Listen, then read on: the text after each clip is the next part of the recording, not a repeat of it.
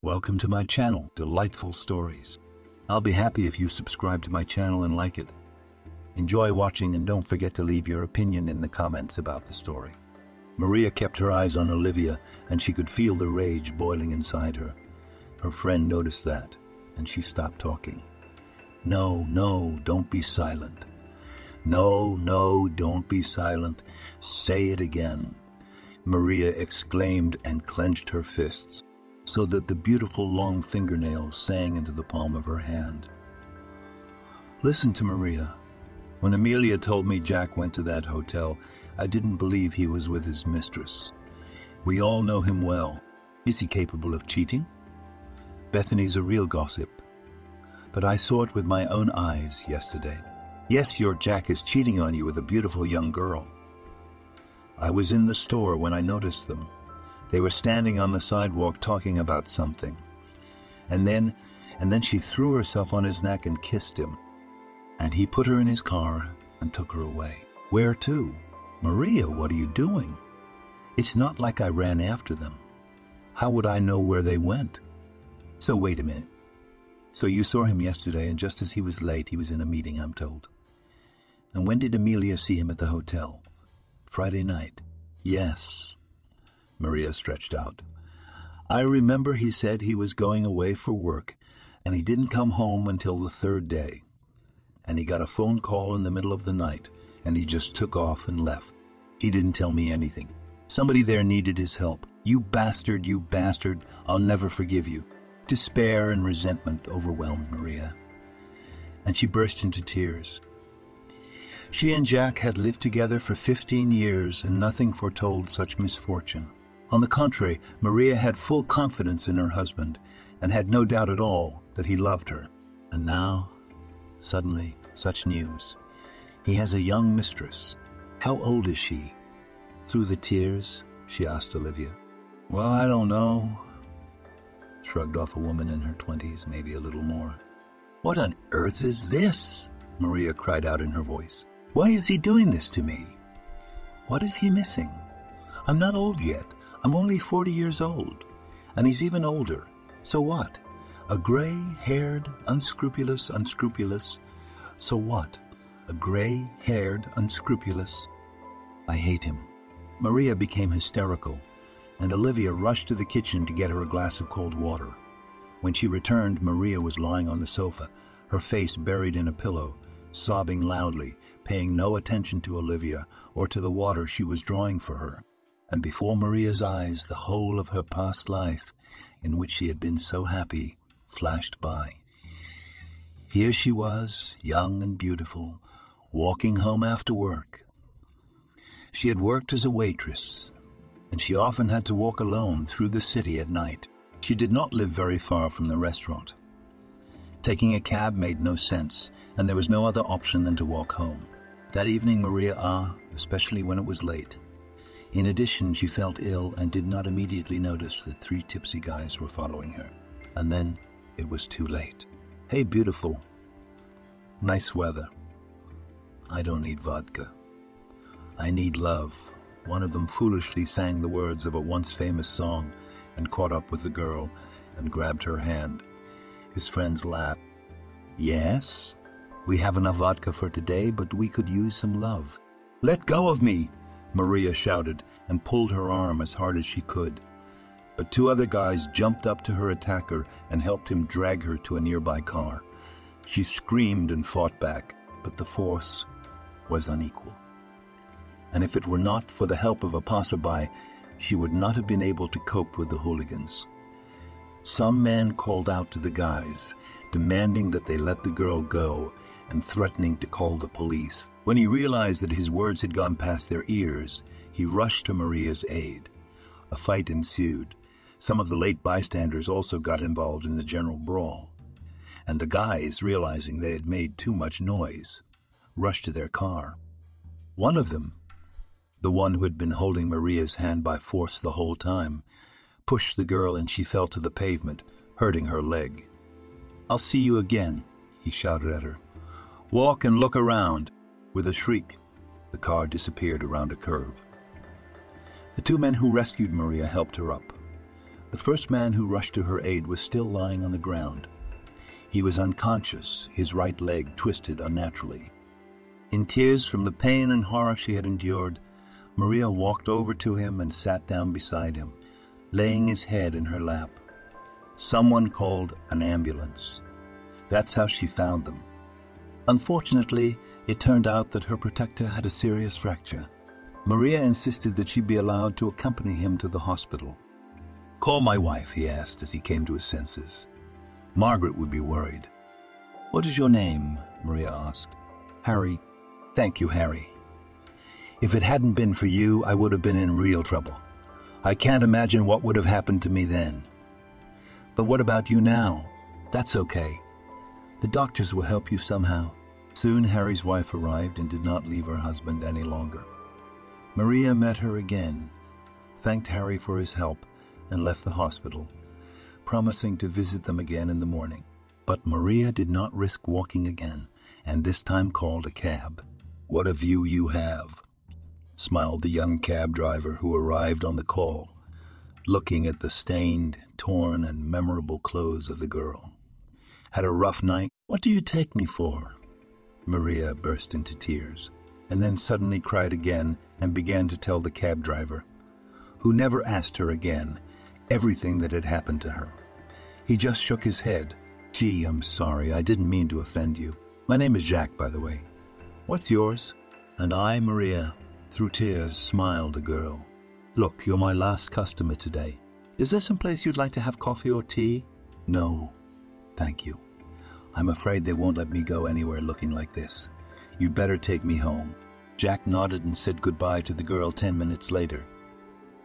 But the next night, when Maria came out of the restaurant again at night, as usual, on her way home, a cab pulled up to her, and Jack, looking out of the car, waved to the girl. "Maria." "Hello. Sit down. I'll give you a visa." "Jack." She was delighted. "But how are you here? How do you know where I work?" "So you told me everything, didn't you?" "Yes, indeed," the girl smiled. "But so let's go." Of course. Maria laughed merrily. "You want to save me from those jerks, especially since they promised to find me and get revenge. Well, I'll gladly accept your help, and for that I'll buy you dinner if you like." "I'd like that very much. Can you feed me breakfast?" Maria stared at Jack. "I'll feed you." They never broke up again. 6 months later, they filed a registry office application. Maria was over the moon because she had met a real prince. It turned out that Jack had been doing this at night just to work part-time, while he was finishing law school. "Isn't it too late for you to be studying?" Maria asked one day. "But I went there after the army. Now I'm going to graduate soon. We'll be fine. Don't worry. I'll make a good life for you." Jack kept his word. In all the years she had lived with him, Maria had never known need or poverty. Jack cared for her, loved her, tried to please her in everything, and there was only one thing that kept him going. He really wanted children, except someone in heaven. Apparently, someone in heaven decided that you can't be perfectly happy. And Maria could never get pregnant. Doctors said they couldn't do anything to help. Maria despaired too. But Jack kept believing that one day he would hold his baby in his arms and cradle him. "You see, Maria, my years are passing," he sighed. "I make good money." "It's too early to talk about it," waved off Maria's husband. "What are our years?" But Jack only shook his head in response, and now he had a mistress. Maria took a glass of water from Olivia's hands and drank it in a gulp. "What are you going to do?" asked her friend. She was surprised to see Maria's eyes glaze over with rage. "I will have my revenge," she exclaimed. "He thought I was old, that I wasn't good for anything anymore. Well, you're not. Yes, I'm not a girl anymore, but I still look very good, and men look up to me, which means I'm going to get revenge that Jack will never forget. I'll trample him, I'll humiliate him, I'll tear him apart. I'll make him sing and dance and kneel and beg for forgiveness. I will pay him for everything. Wait, Olivia was confused in the face of her friend's pressure. "What are you going to do?" "You'll see," she grinned. "Soon everyone will see it." "Well, will you at least tell Jack you know everything?" "No way." "Listen, how about catching the lovebirds on the spot? Track them down somehow." No, I have a better idea," Maria answered. After seeing Olivia off, she got ready. Then she called a cab and asked for a ride to the beauty salon. Maria spent almost 6 hours there, and when she looked in the mirror before she left, she realized that she had not wasted that time. She looked absolutely stunning. When Maria returned home, Jack could not hide his admiration. "Wow, I haven't seen you this pretty in a long time. Where are you going?" "I want to meet my friends. I hope you don't mind." "Yes, of course not. Just don't forget to call me when I'm free to meet you. Don't go to bed.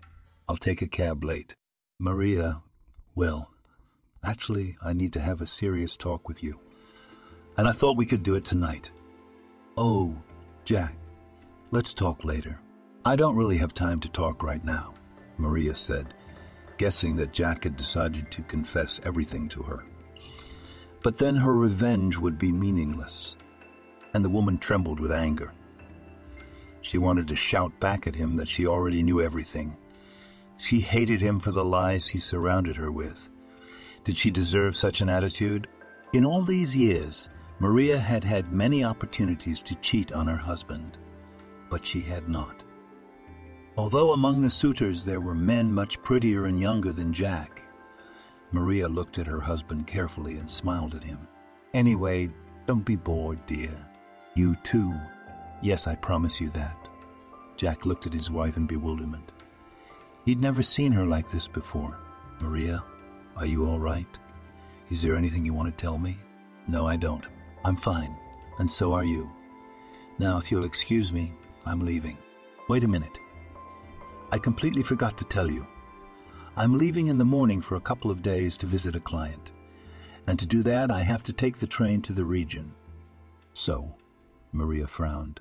"That's all right. I'll leave early in the morning. I won't wake you up. Do you mind?" "No, I don't mind." Maria grinned and slipped out the door without kissing her husband goodbye. Of course, she had no intention of going out with her friends. She had another plan.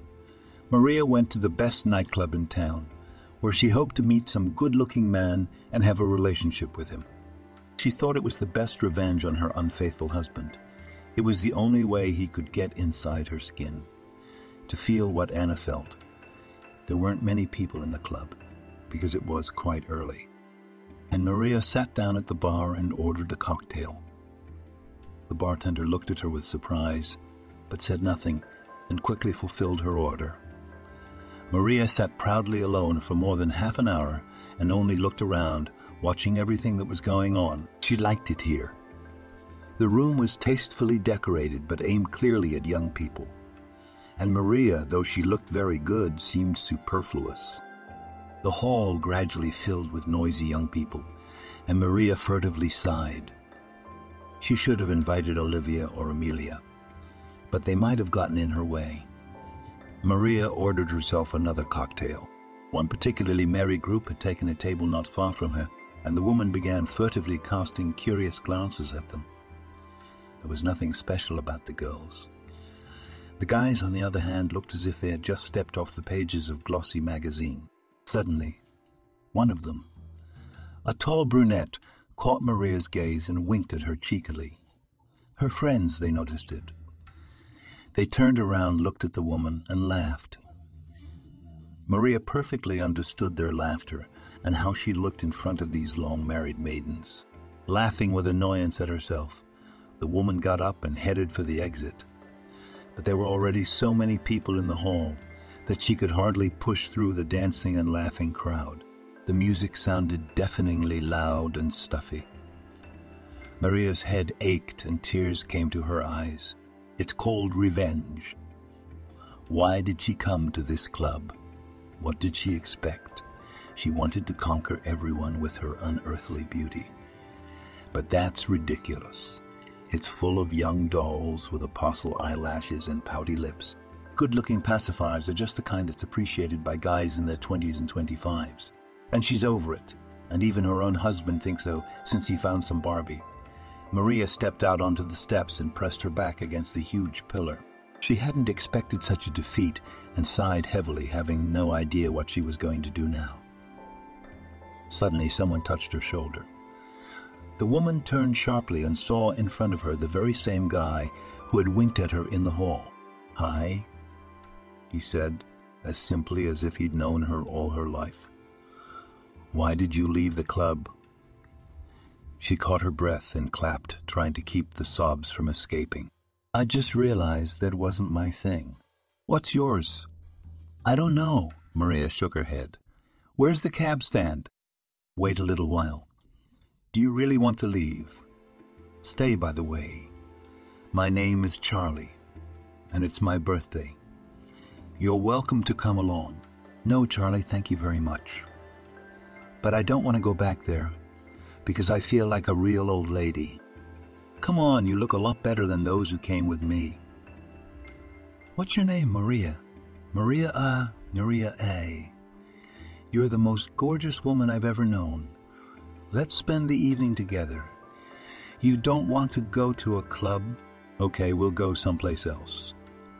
Listen, there's a nice little restaurant nearby. Maybe we could go there." Maria smiled.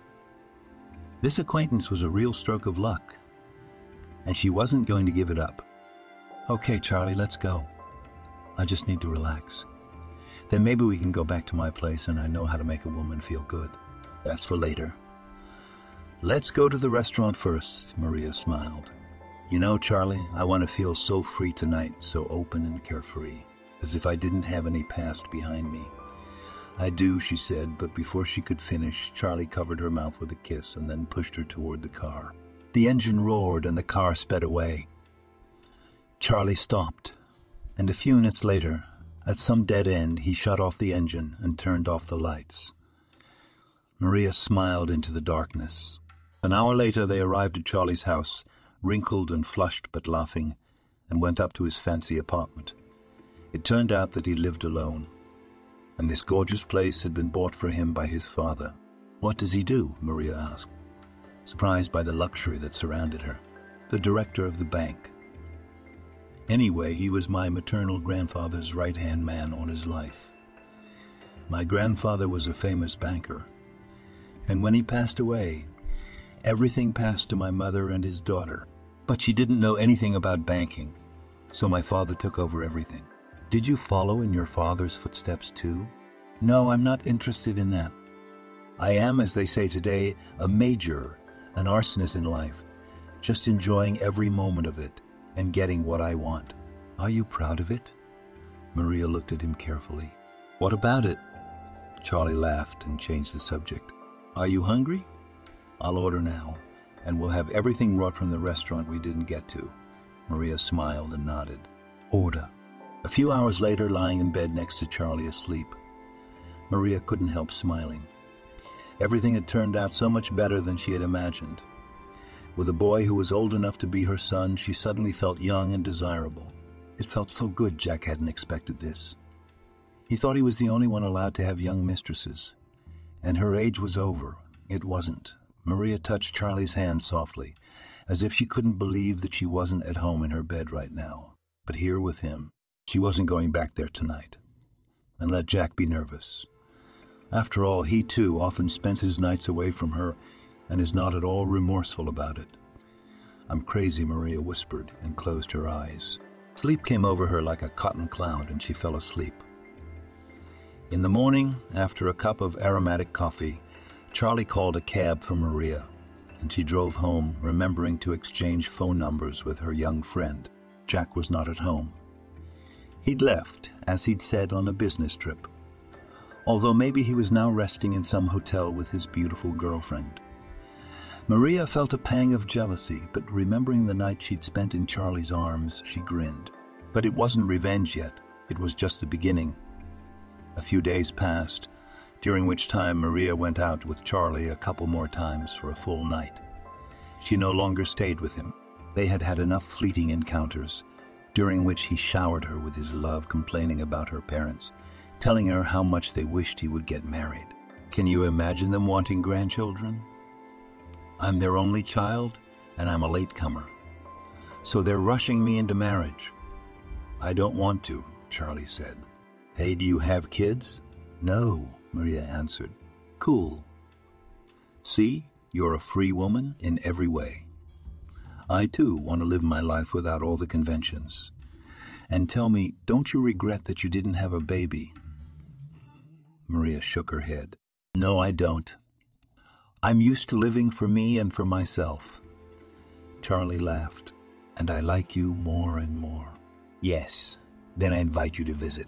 For yourself? Well, yes, you agree. Of course. When? Tomorrow night. I want you to stay with me until morning. How sure you agree? Charlie nodded and smiled.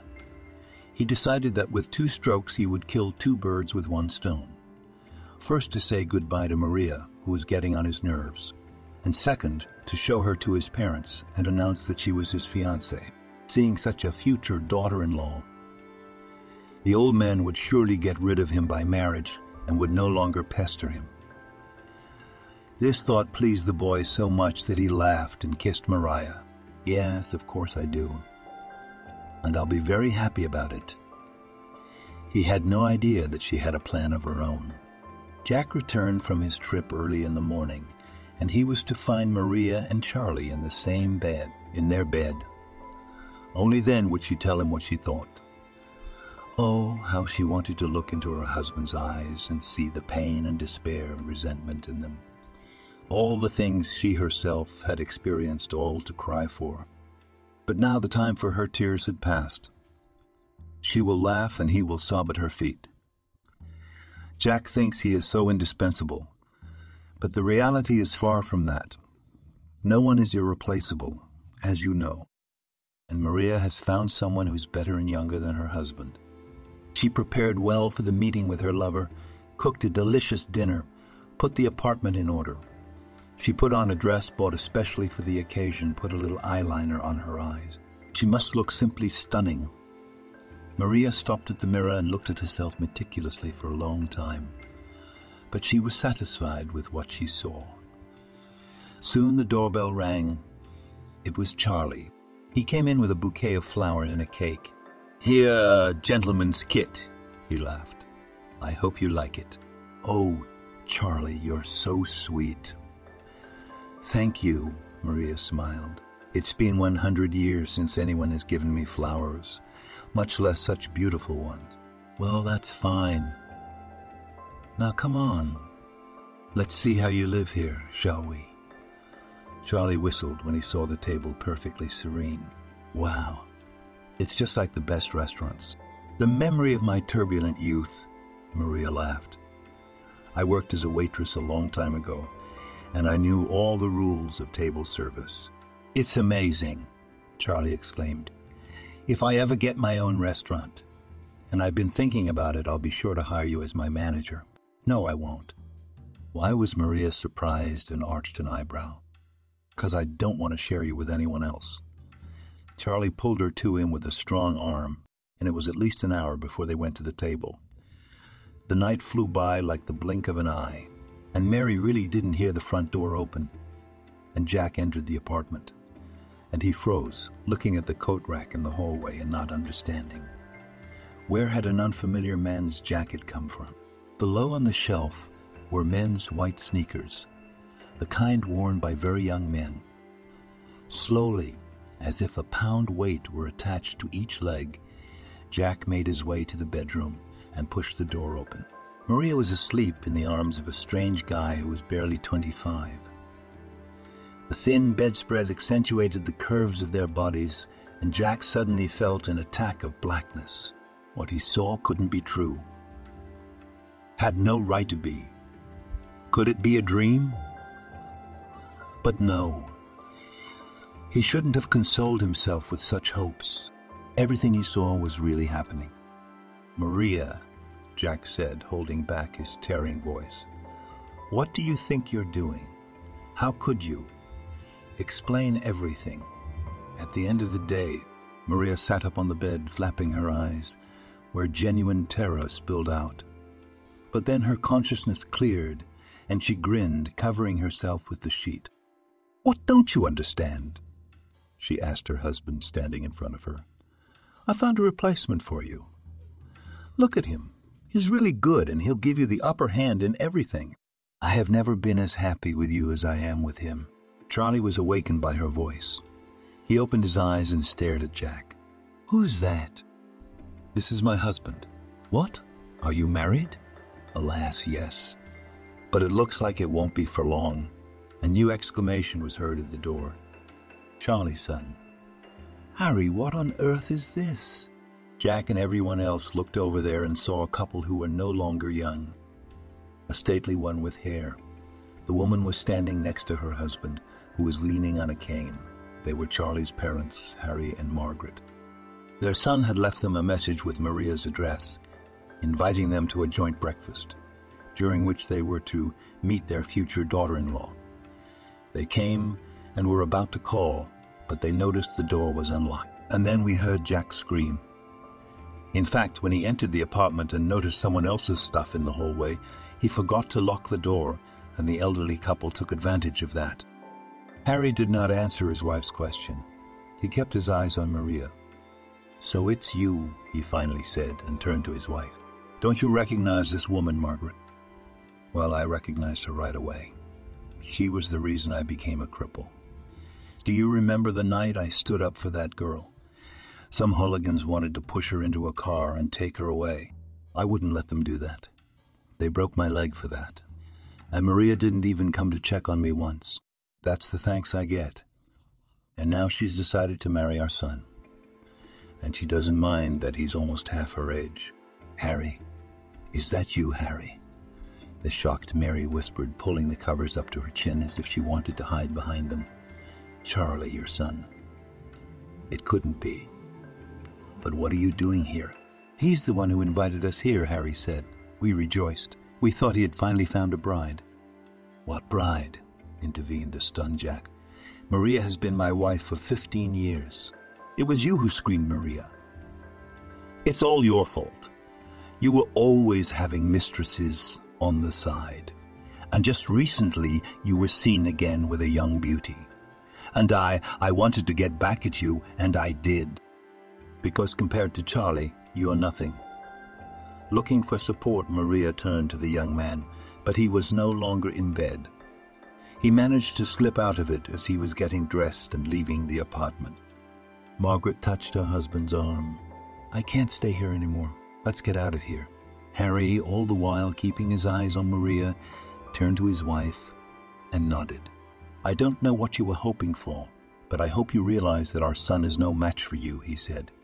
And then, supporting his wife, he left the room. Jack, who had been standing there like a whitish statue, wiped away the perspiration from his forehead and sank heavily into a nearby chair. He put his arms around his head. Mary, on the other hand, stood up and began to dress without looking at her husband. Then she turned to him and said, What do you say now? Jack was silent. The woman looked at him defiantly and grinned. That's exactly what I wanted. Now you know how bad I felt when I found out that you had a mistress, and maybe even more than one. How many evenings and nights I spent alone. Sure that you were really either on a business trip or in a meeting. I believed you. And you were right, Jack answered, raising his head. I never cheated you. If for some reason I was away from home, it was always because of my work. And that girl Amelia and Olivia saw you with, is that your work too? They say she's very pretty and young. Now you go to her. Go on, get out, as you've just made sure I won't be alone. Don't worry, I'll go away. After what I've seen, I won't be able to live with you. But first, I want to tell you a story that stunned me almost as much as the scene I just saw. Calm down. I don't want to hear anything, and you have to, because I'm going to tell you about the people you know. And there's someone you should have known. Many years ago, in a village, there lived a girl who was beautiful, intelligent, and very ambitious. She wanted to get everything at once, and she knew that she could use her beauty for that. Well, here's the problem. There were practically no prospects in this village. But there were parents, poor, simple people whose only joy was their 2 daughters, to provide the girls little boys at the proper level. Of course, by rural standards, father and mother had to work from morning till night. The oldest sister, Samantha, helped them in everything, but the younger one was always slacking off. She hated work altogether, and as it turned out, she was very shy about her family. She had barely turned 16 when something unexpected happened in the family. Samantha fell in love with a good man, who also happened to be quite wealthy. He had a summer house in a village near the village where a family lived with their 2 sisters. Samantha took a job as his housekeeper because he had moved to the suburban village and could not take care of himself. Shortly before that, he had an accident and became virtually disabled. His wife left him, not wanting to tie her fate to his colleague, and after the divorce, he got only part of the property. The ex-wife somehow managed to turn everything to her advantage. And yet, from the village's point of view, he was still quite a well-to-do man. "Shut up," Maria exclaimed. "I don't want to hear anything." She got up and left the room. But Jack caught up with her and took her by the arm, forcing her onto the sofa beside him. "No, dear, you must listen to the rest. There's so much more to come. You told me you didn't have a family, didn't you? But they never got over you. You want to hear about it, even if you don't want to have to." Maria burst out but stayed seated, only covering her face with her hands. Jack continued ruthlessly. "Notice that I am not making anything up. Moreover, as a lawyer, I could not believe this story without evidence, so I went to that village myself. But let me get back to my story. So Samantha fell in love, and money was not important to her. She had human pity for her master. As you know, compassion and love always live side by side, and so it was with Samantha. She truly loved. And I apologize for repeating myself. But this is important. For an entire year, the girl courted her lover without a word or a glance or a hint of her feelings for him.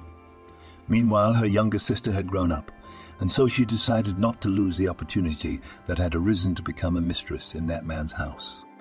She visited her sister a few times, supposedly to help her in her work, and then began to go there only in her absence.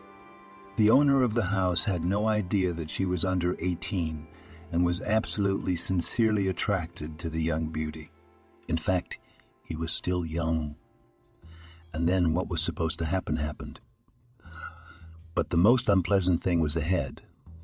Samantha caught the couple in love in the same bed. "God, how do you know all this?"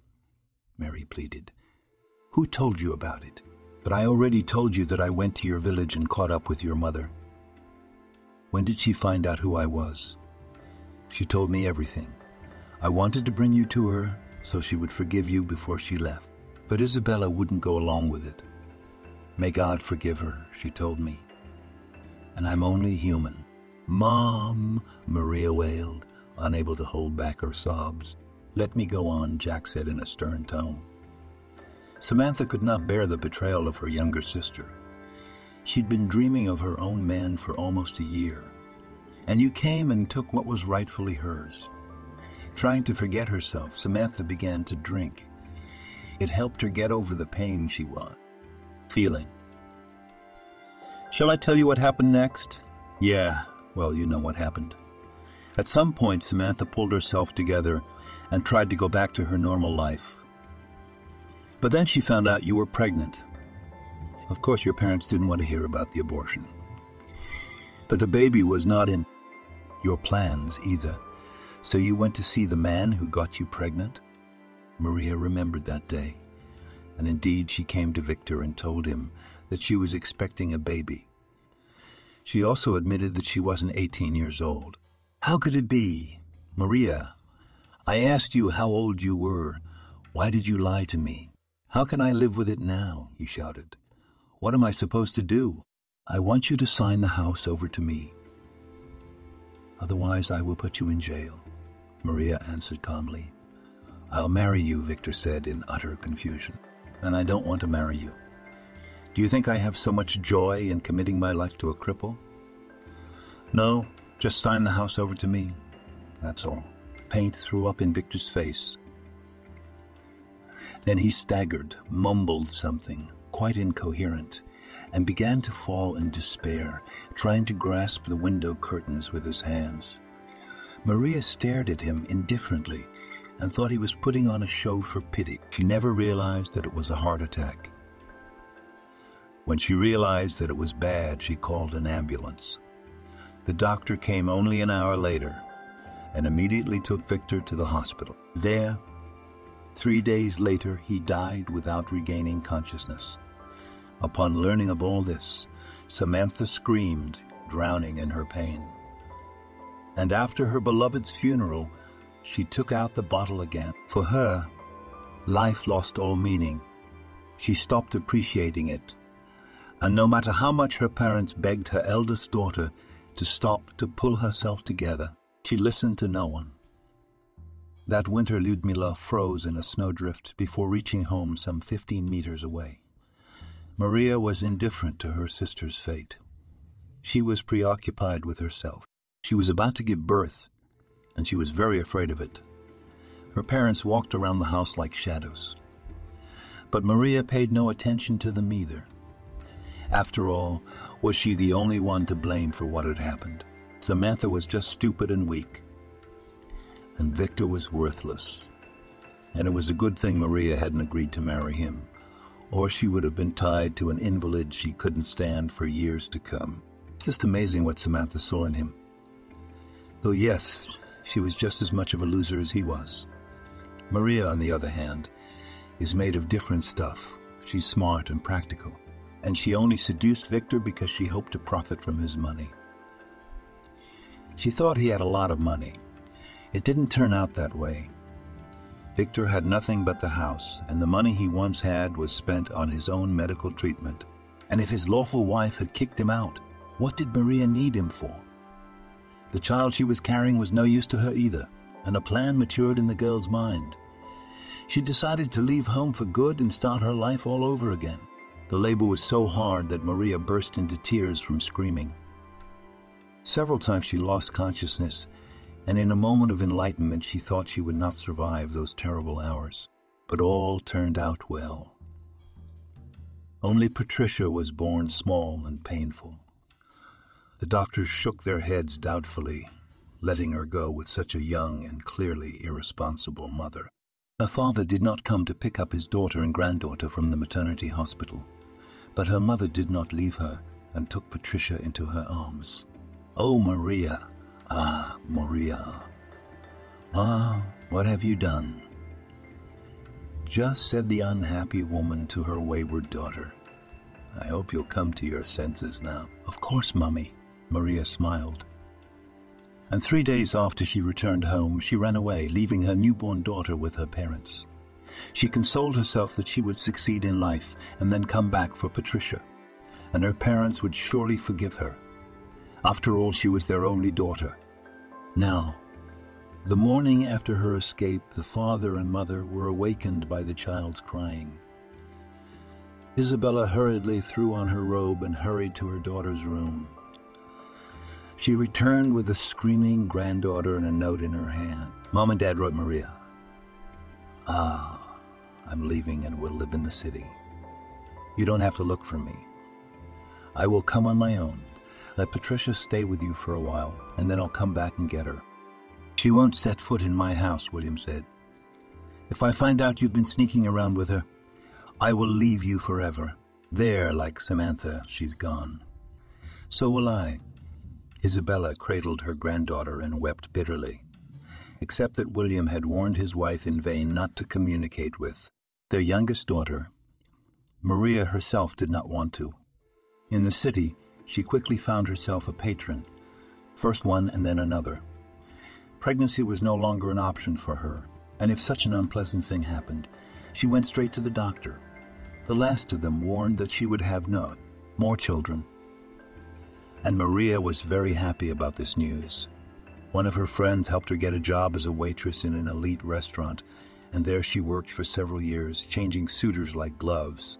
It wasn't until she met Jack that she realized she would do anything to make sure she didn't miss out on this chance for a happy family life. And so it was.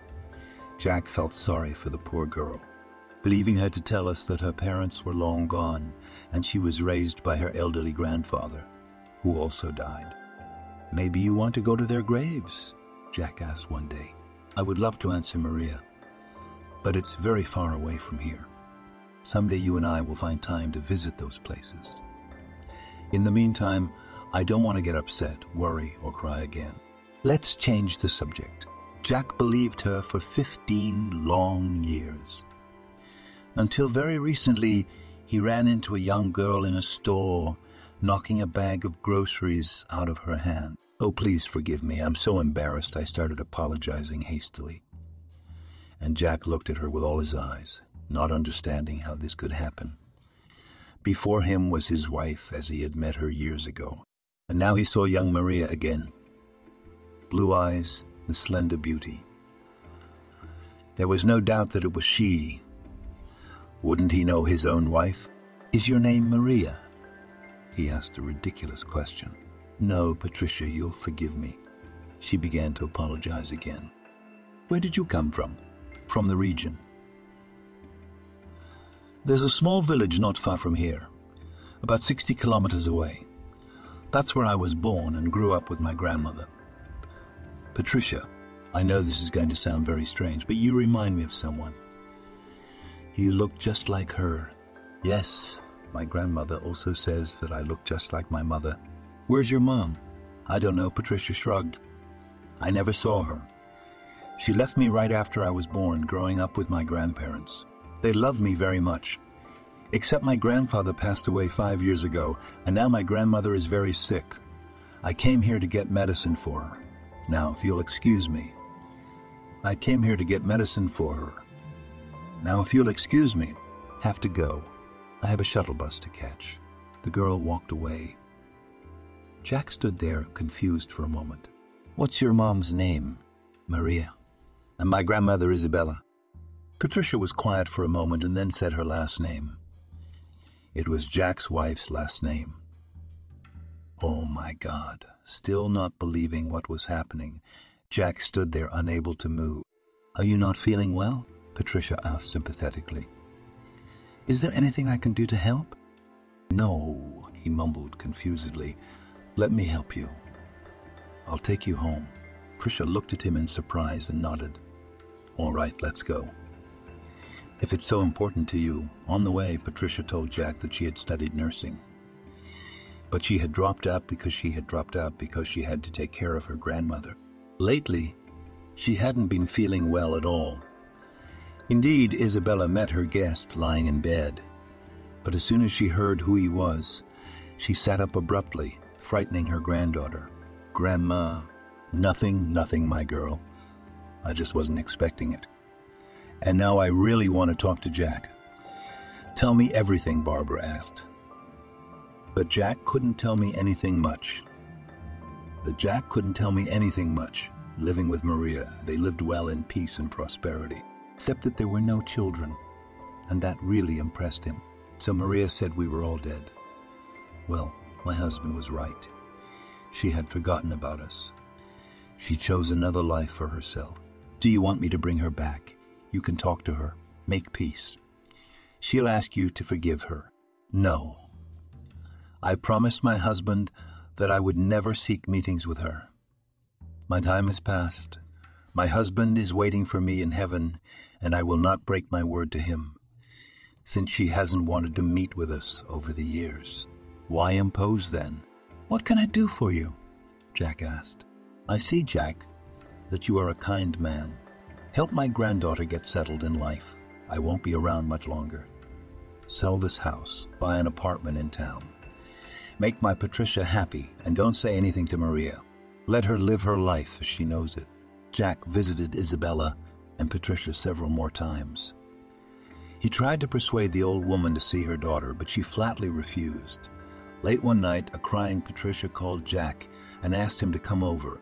Through the girl's tears, he made out that Isabella was gone. Where are you going? His wife asked him. She was already lying in bed with a mask on her face. I have to go away for a while. I'll call you if there's anything. Yeah, wait. You're out at night. Who needs your help at this hour? Everyone's asleep, Maria laughed. Jack looked at her strangely, but did not smile or answer. He didn't smile and didn't say anything, except to say from the doorway, I'll call you. But Maria never waited for the call. Then Jack was away for 3 days. He didn't leave Patricia in her time of need. He helped organize the funeral. He supported her in every way, and she was very grateful for that. Almost immediately after the funeral, Jack helped Patricia reinstate herself to medical school so that she could finish her interrupted studies. And then, if you want, you can go to college, he said. Can I do it? The girl asked with hope in her voice. Yes, of course you can. Anyway, you can always count on my help. I promised it to your grandmother. In a rush of emotion, Patricia ran up and hugged Jack and kissed him on the cheek. Thank you so much. I just can't imagine what I would have done without you. Patricia, I actually have a big favor to ask of you. I want you to meet your mother and talk to her. I'm going away on a business trip, and when I come back, I'll arrange for you to meet her. Do you agree? Patricia nodded. Then they got in the car and drove away. Olivia came out of the store where they were standing and hurried home. She couldn't wait to tell Maria what she had seen. But it was evening, and she had to wait until the next day. After all, she could not talk about it over the phone. Galina really wanted to see how her friend would react to the news of her husband's infidelity. But she couldn't even imagine that Maria would come up with such foolish revenge for Jack. I never cheated on you, Maria, Jack said. I've never cheated on you. But you lied to me all your life. You may not believe it, but I forgave you for that. I forgave you for that. I forgave you for Patricia's sake. She's a very nice girl, kind, and has the right to be happy. Unlike you. I lived with you for 15 years, and I had no idea how fake, mean, shallow you are. I don't want to live with you anymore. But to say goodbye, I ask you to meet your daughter and talk to her. She really needs this. What about me? Maria shrieked. Did you ask what I want? I'm not going out with her. We are strangers. She doesn't need me just as much as I need her. I'm sure you're sleeping with her, and now you want me to let her into my house. Don't even dream of it. I'm not going to have you messing around under my nose. Maria, can you even hear yourself? Me too. I'm leaving you right now. You are bogged down in lies, and I am disgusted to be around you, especially since you have someone better than me. So, you want a divorce? You want to throw me out on the street? Don't worry, I'll leave this apartment to you. Live. You've got to meet your youngsters somewhere, Jack said. He picked up his bag and began to pack it with his things. Maria watched him with a frown, but did not say a word. There was too much on her mind. And now she didn't know how to make sense of it all. Her whole life had collapsed overnight, back to the past she had tried so hard to forget. Daughter. God, they were complete strangers. They would walk down the street and not recognize each other. And her parents were good too. Was it so hard to forgive her? She would have seen her mother if she'd known she was dying. But it's too late to talk about that now. And Jack was good. And he packed his things in silence, not even looking in her direction. An hour later, Jack was gone. And Maria knew he would never come back here again. She sat on the couch until evening, trying to cope with the confusion in her head. But then she suddenly remembered about Charlie. The boy liked her. He wanted to be near her. He even dreamed that she would meet his parent. Too bad they were Harry and Margaret. But what did she care? All that matters is that Charlie doesn't fall out of love with her. Then she'll be happy for a while. And Jack would be jealous. And so would everyone else. Maria ran around the apartment picking out an outfit for the evening. She wanted to go back to the club where she'd met Charlie. Surely he was there and would be very happy to see her. It took her almost 2 hours to get herself cleaned up. She hailed a cab and gave the driver the address where to take her. When she entered the hall, she realized she was running late today. It was almost impossible to find Charlie in the crowd, but she knew very well which table he liked to sit at. There he was indeed, but not alone. A pretty blonde girl was nestled in his lap, chirping in his ear. Charlie was laughing without noticing Maria, but he turned, and their eyes met. "Charlie, we need to talk," Maria said, the first thing that came to her mind. "Boys!" he shouted instead of answering, glancing around at his friends. "Who wants to have fun with the old woman? She's good at what she does. You won't regret it. I wouldn't recommend going out with her more than a couple of times, though. She's got a lot of sand coming out of her. By the way, without her clothes on, she looks like a deflated blow-up doll. There are fans of such rarities. I give you this. What about you?" Someone laughed. "But no, I've had enough. In fact, I just wanted to piss off my old men." It worked out pretty well for me. They almost had a heart attack when they saw my fiancée. You want to hear a joke? They used to run after me, begging me to marry them. Now they're begging me to change my mind, to take another walk. Maria listened to all this rudeness, unable to move from her seat. Finally, she stepped toward Andre and swung around to slap him in the face. But he swiftly intercepted her hand. "Get out of here," he whispered angrily in her face and then pushed her away. On cotton legs, Maria left the club and walked for a long time, not knowing where she was going. Her sobs were suffocating her, and there was no one in the world who wanted to help her. Suddenly, the lights of a night store gleamed ahead. Maria went in, asked for a bottle of cognac, then went back out into the street. The scalding liquid was warming, but there was still no calming. Then Maria went back for another bottle. Several years had passed since then. Jack strolled through the city park with his 1-year-old son, who was the spitting image of his father.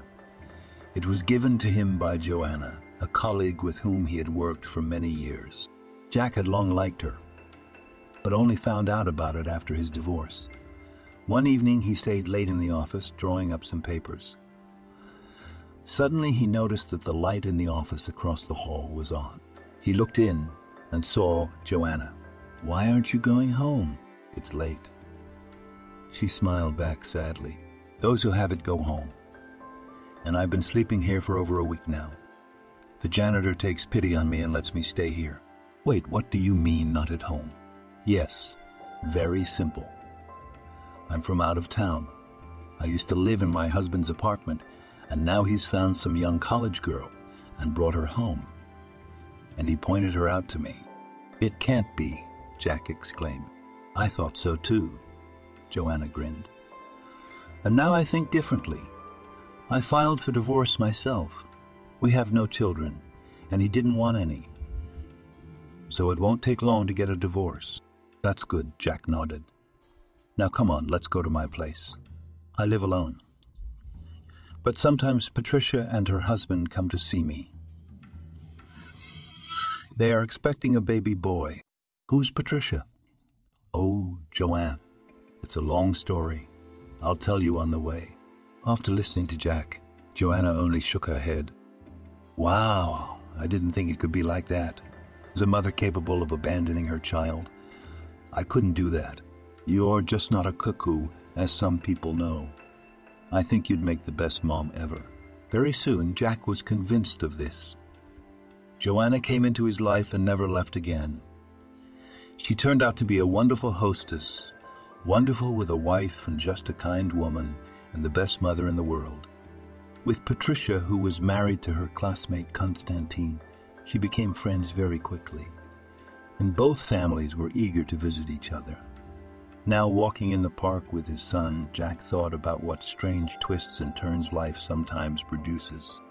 15 years he had lived with Mary, thinking that he could not be happier. And now he realized that he had been terribly unhappy. Suddenly he stopped in amazement. His path was blocked by an unkempt, staggering woman, in whom he hardly recognized his ex-wife. She did not even look in his direction. All her attention was attracted by the unkempt bottle of beer, left by someone on the bench. Maria approached it, looking around stealthily, then began to drink the murky liquid straight from the neck. My God, had she gone down that fast? After all, it hadn't been long since they'd broken up. Jack pressed his lips together squeamishly, remembering their last meeting and the words she'd said to him. And immediately he thought that Patricia was coming here now. Indeed, she showed up new and waved joyfully to Jack, and he shifted his gaze from her to Maria and didn't know what to do. Suddenly Maria would recognize her daughter. She did indeed throw off her head and head toward the young girl. Jack almost screamed in horror and stepped toward Patricia, trying to keep her away from Maria. The last thing he wanted was for Patricia to know who was standing in front of her. But Maria beat him to it. She approached Patricia, held out her hand, and began to beg, giving her hoarse voice as much pathetic nuance as possible. "Give me some money for my treatment. I am very sick, I need treatment, and you are kind, I see. Give me as much money as you can. Have pity for your child's sake." Patricia hurriedly took a couple of bills out of her bag and quickly handed them to Maria. She took one look, laughed happily, and ran away from the park to where she could get a drink. She didn't recognize her daughter or her ex-husband, nor did she look at their faces. Jack took a breath and smiled at Patricia.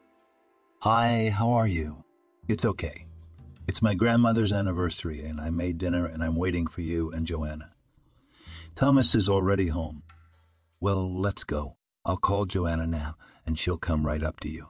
As they talked, Jack and Patricia walked away, leaving Maria far behind. Suddenly she stopped and looked after them, remembering something. But money was burning her palm, and she hurried back to the store. After all, they were selling something that could comfort her and give her the fake happiness she deserved.